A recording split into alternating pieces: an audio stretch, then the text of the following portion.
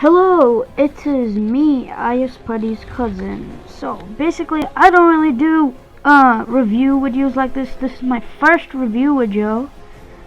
So this was actually inspired by my good friend SonicFan2020. Go check out his channel in the description below. So, anyways, I'm gonna do a movie review about Godzilla vs Kong. By the way, this is a spoiler review, so if you don't want any spoilers, just click off this video. But anyways, let's just get right into the movie review. We have been waiting for this movie for years to come.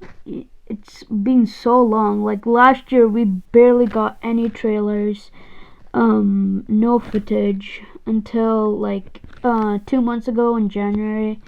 We got a trailer for Godzilla vs Kong, and now the movie has finally came out, and it's directed by Adam Wingard. He directs horror movies. And in one of his interviews, I think he said like how he wanted Godzilla to be like Jaws, you know, the shark that, and there's music playing, it's like so he wanted it to feel like that since he's a horror movie director, and well, Jaws is a horror movie. Anyways, let's just talk about the plot of the movie. So basically in the movie, what happens is that there's basically this guy named Ren Serizawa. He's working with Walter Simmons, and they have this device that they're building for Mechagodzilla, and Godzilla senses this. He senses that Ghidorah is still alive, so he goes after this device. He starts wreaking havoc all over the city in Pensacola, Florida. After Godzilla attacked Pensacola, they needed Kong, and basically he's now in this fake Skull Island, and he has a special connection with Gia. She's a deaf actress in real life and in the movie, Kaylee Hoddle. And basically, he has a special connection with her. He can communicate with her, and she can communicate back. And basically, Kong is throwing all these trees, and the hologram is getting affected by this. And the doctor says that it's not stable anymore and that they have to move somewhere else. So after this, we get introduced to a new character, Dr. Nathan Lind, and he lost his brother when he traveled to the Hollow Earth, so he stopped publishing books. But the people from the Apex facility actually seen one of his books, and they actually wanted to recruit him to go to the Hollow Earth with Kong. So Kong is now not awake. He's on the ship.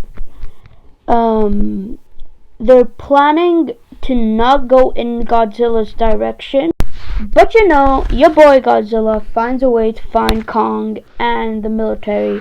He destroys nearly half of the military, and he flips over the boat. Kong's like screaming, he's mad. Nathan Lind deattaches his collar and chains, and then they have an, it's so cool, like Kong punches Godzilla, and then Godzilla just scratches the side of his face. And then there's like a cool 360 shot where Godzilla like destroys a military plane with his tail, and then it just blows. It goes like boing.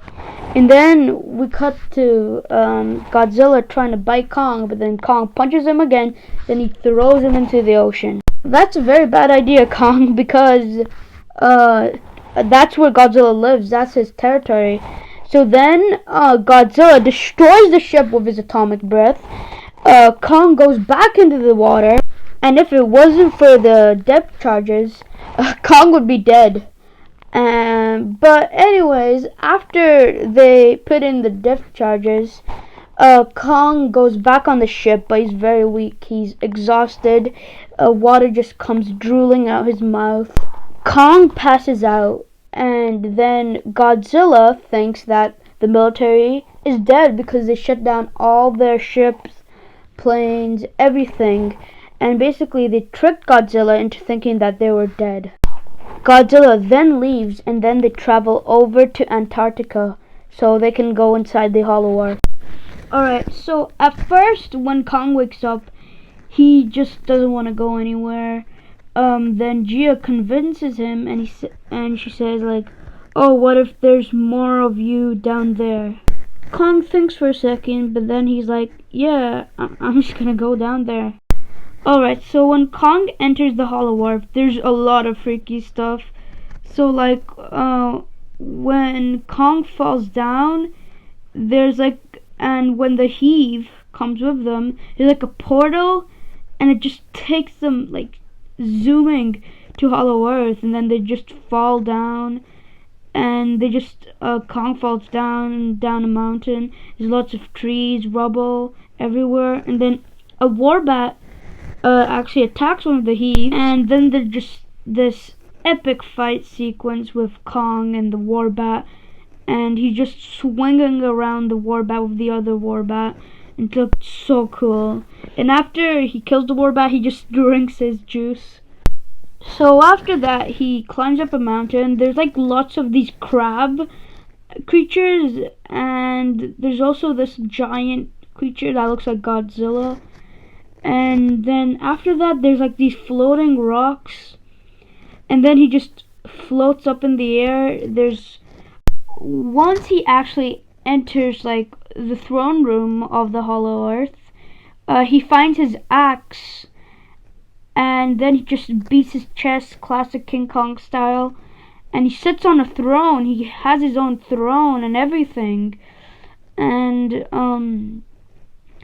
so after this, we found out that Isa Gonzalez, his character, is actually the daughter of Walter Simmons, and she needs a sample of Godzilla's atomic breath, and basically she takes it. They point guns at Gia, Nathan Lind, and Rebecca Hall's character, and then Kong just goes mad. He just screams and roars so loud, and then like there's rubble everywhere, it's shaking, and there's hellhawk creatures, and they're basically like chickens, the chickens that you would see in your nightmares. And then they attack some apex guards, and then Isa Gonzalez's character successfully makes it to the heave, but not for a long while. She gets killed by Kong. And then Godzilla, he's in Hong Kong because he was lured in there by the apex, and he just senses something is wrong. He just charges up his atomic breath. He shoots at the ground, and then boom, he makes a giant hole through the Hollow Earth. He roars at Kong, and then Kong roars back. Before we actually get into the final fight, I want to talk about Bernie Sanders, Millie Bobby Brown, and this other guy. I can't remember his name. But anyways, they're like, they think that Godzilla didn't just attack for no reason. They think that something's provoking him into war, and they just run because there's a giant mega skull crawler chasing them. And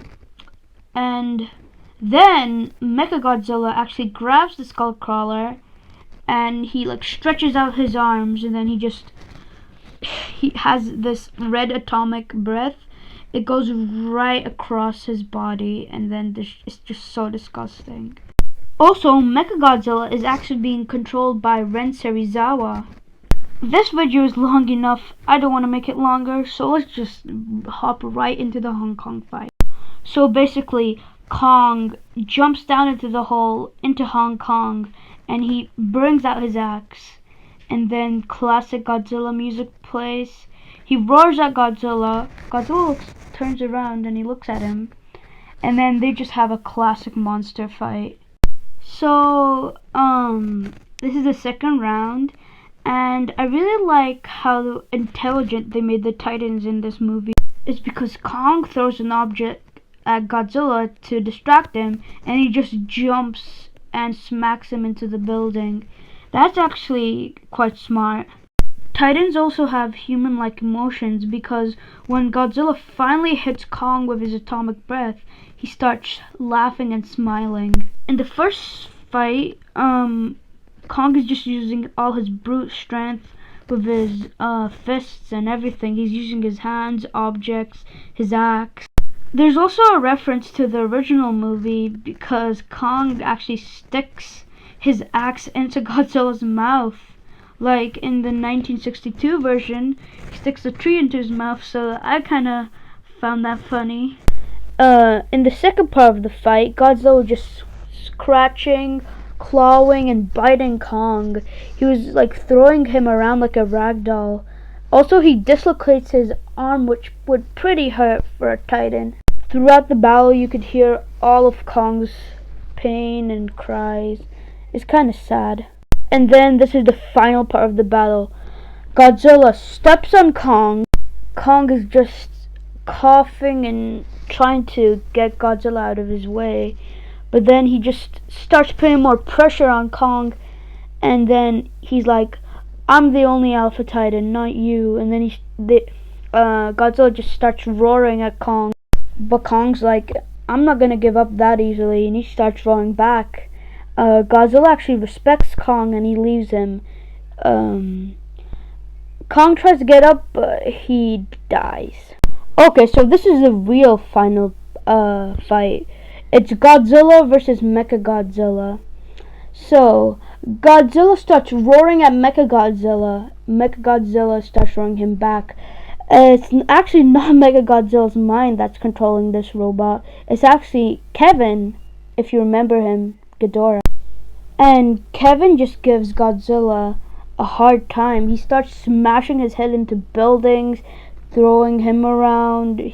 He even overpowers his atomic breath and he just gets hurt really badly. His neck is all burnt. And then Mechagodzilla is about to finish Godzilla with his classic move from the 2014 Godzilla, where he finishes the Mutu off with his atomic breath. But this time he doesn't do it, and then Kong saves the day because he gets revived by Nathan Lind, and that's how he's alive. And Gia says to Kong that Godzilla's not the enemy, it's Mechagodzilla. And then Kong helps Godzilla defeat Mechagodzilla. They grab his arm, they shove him into a building.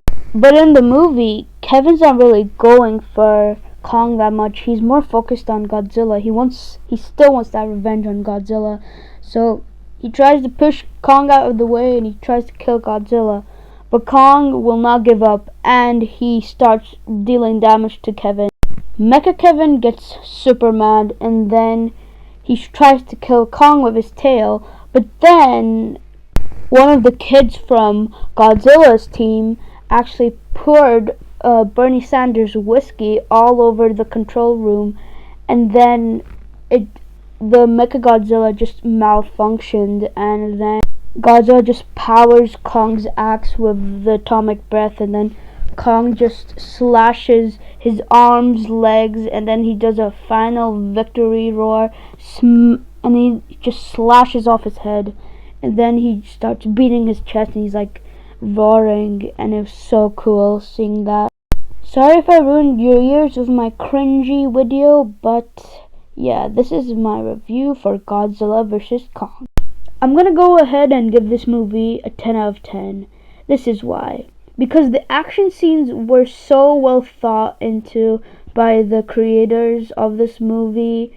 They were so creative with all the things they could come up with, and they just showed how intelligent the Titans really are. There's a lot of references from the old movies and kaijus. This is why I give Godzilla vs. Kong a 10 out of 10 movie. Also, please subscribe to SonicFan 2020 because he actually made a Godzilla vs. Kong review as well. So you can check that out in the description below. Bye.